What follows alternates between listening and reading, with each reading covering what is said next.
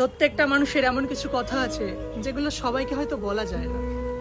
সেগুলো বলার জন্য এমন কিছু মানুষের প্রয়োজন হয়, যে মানুষগুলো একান্ত নিজের, যাকে দিন শেষে সমস্ত কিছু শেয়ার করা যায়।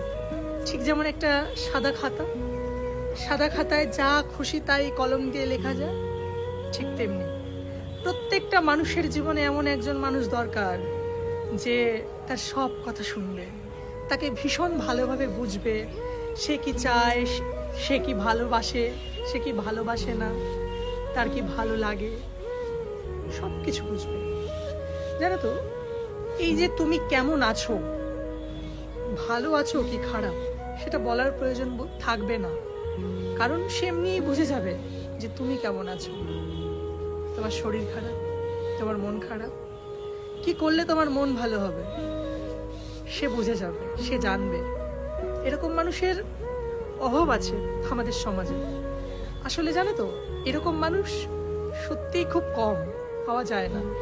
এই যে তুমি হয়তো কাউকে ভীষণ আপন ভাবছো, তোমার মনের কথা তাকে জানাবে বা তোমার দুঃখের কথা তাকে জানাবে, সেই সুযোগটাই হয়তো তুমি পাও না। কারণ এই চারপাশের মানুষজনগুলো তারা তাদের সমস্যার কথা জানাতেই ব্যস্ত। কেউ কখনো একবারও এটা ভাবে না যে উল্টো দিকের মানুষটাও সমস্যায় থাকতে পারে, তারও মন খারাপ থাকতে পারে।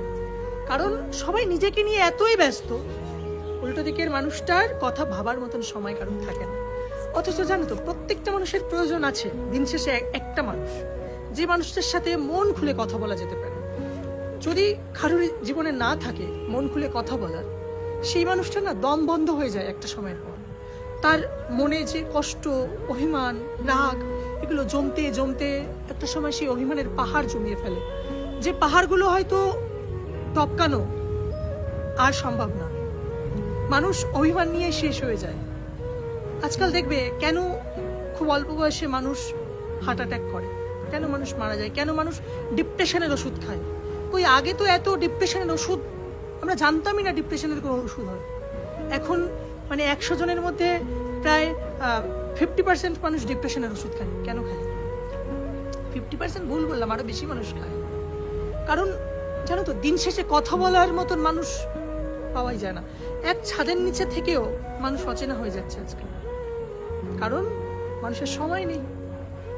সবাই নিজেকে নিয়ে ব্যস্ত, নিজেকে কিভাবে ভালো রাখবে, নিজেকে কি করে খুশি রাখবে। আচ্ছা, একা একা কি বাঁচা যায়?